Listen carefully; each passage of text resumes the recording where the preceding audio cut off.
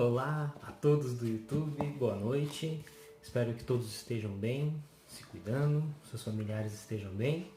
E hoje nós vamos continuar a nossa leitura a partir do capítulo 10 do Evangelho de Marcos. Ontem nós lemos capítulos 8 e 9. Hoje nós continuaremos a partir do capítulo 10. Vamos lá.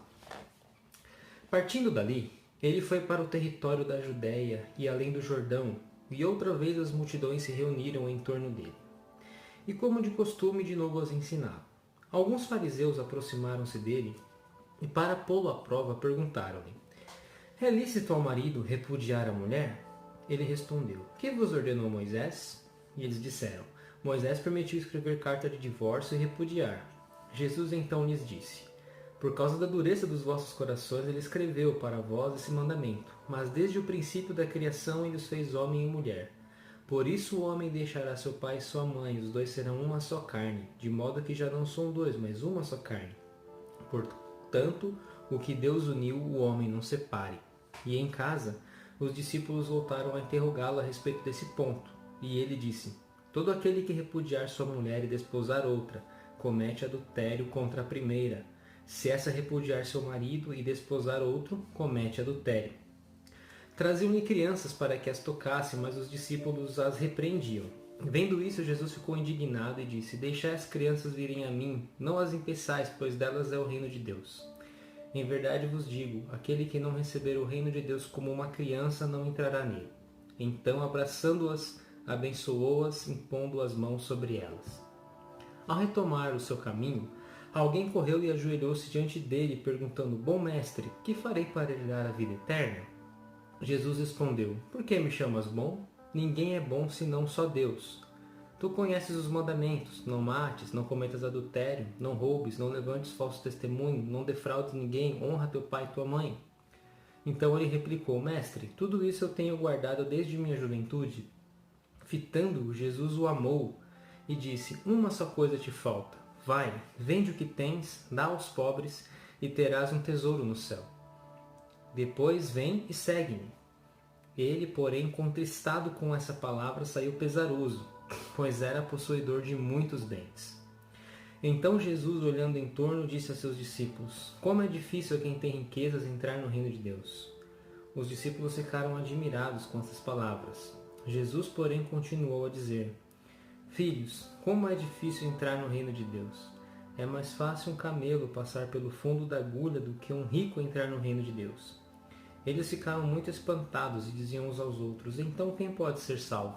Jesus, fitando-os, disse: aos homens é impossível, mas não a Deus, pois para Deus tudo é possível. Pedro começou a dizer-lhe: eis que nós deixamos tudo e te seguimos. Jesus declarou: em verdade vos digo que não há quem tenha deixado casa, irmãos, irmãs, mãe, pai, filhos ou terras por minha causa e por causa do Evangelho, que não receba 100 vezes mais desde agora, neste tempo, casas, irmãos e irmãs, mãe, filhos e terras, com perseguições, e no mundo futuro a vida eterna. Muitos dos primeiros serão os últimos, e os últimos serão os primeiros. Estavam no caminho subindo para Jerusalém. Jesus ia à frente deles. Estavam assustados e acompanhavam-no com medo. Tomando os 12 novamente consigo, começou a dizer o que estava para lhe acontecer. Eis que subimos para Jerusalém, e o Filho do Homem será entregue aos chefes dos sacerdotes e aos escribas, e eles o condenarão à morte e o entregarão aos gentios. Zombarão dele e cuspirão nele, o açoitarão e o matarão, e 3 dias depois ele ressuscitará. Tiago e João, filhos de Zebedeu, foram até ele e disseram-lhe: mestre, queremos que nos façam o que te pedimos. E ele perguntou: que quereis que vos faça? Disseram: concede-nos, na tua glória, sentarmos-nos um à tua direita, outro à tua esquerda. Jesus respondeu: não sabeis o que pedis. Podeis beber o cálice que eu beberei e ser batizados com o batismo com que sereis batizado? Eles disseram-lhe: podemos. Jesus replicou-lhes: do cálice que eu beber, vós bebereis, e com o batismo com que eu for batizado, sereis batizados. Todavia, ao assentar-se à minha direita ou à minha esquerda, não cabe a mim concedê-lo, mas é para aqueles aos quais isso foi destinado. Ouvindo isso, os 10 começaram a indignar-se com Tiago e João. Chamando-os, Jesus lhes disse: Sabeis que aqueles que vemos governar as nações as dominam, e os seus grandes as tiranizam. Entre vós não será assim. Ao contrário, aquele que dentre vós quiser ser grande, seja o vosso servidor. E aquele que quiser ser o primeiro dentre vós, seja o servo de todos. Pois o Filho do Homem não veio para ser servido, mas para servir e dar a sua vida em resgate por muitos. E chegaram a Jericó. Ao sair de Jericó, com os seus discípulos e grande multidão, estava sentado à beira do caminho, mendigando, o cego Bartimeu, filho de Timeu. Quando ouviu que era Jesus, o Nazareno, que passava, começou a gritar: Filho de Davi, Jesus, tem compaixão de mim. E muitos o repreendiam para que se calasse. Ele, porém, gritava mais ainda: Filho de Davi, tem misericórdia de mim. Detendo, Jesus disse: Chamai-o.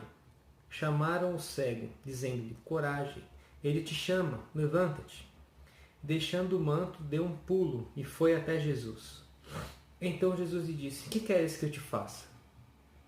E o cego respondeu: Rabuni, que eu possa ver novamente. E Jesus lhe disse: Vai, tua fé te salvou. E no mesmo instante ele recuperou a vista e o seguia no caminho. Amém? Até aqui, esse foi o capítulo 10. Não vou me estender, porque senão eu vou ter que ler o capítulo 11 muito corrido.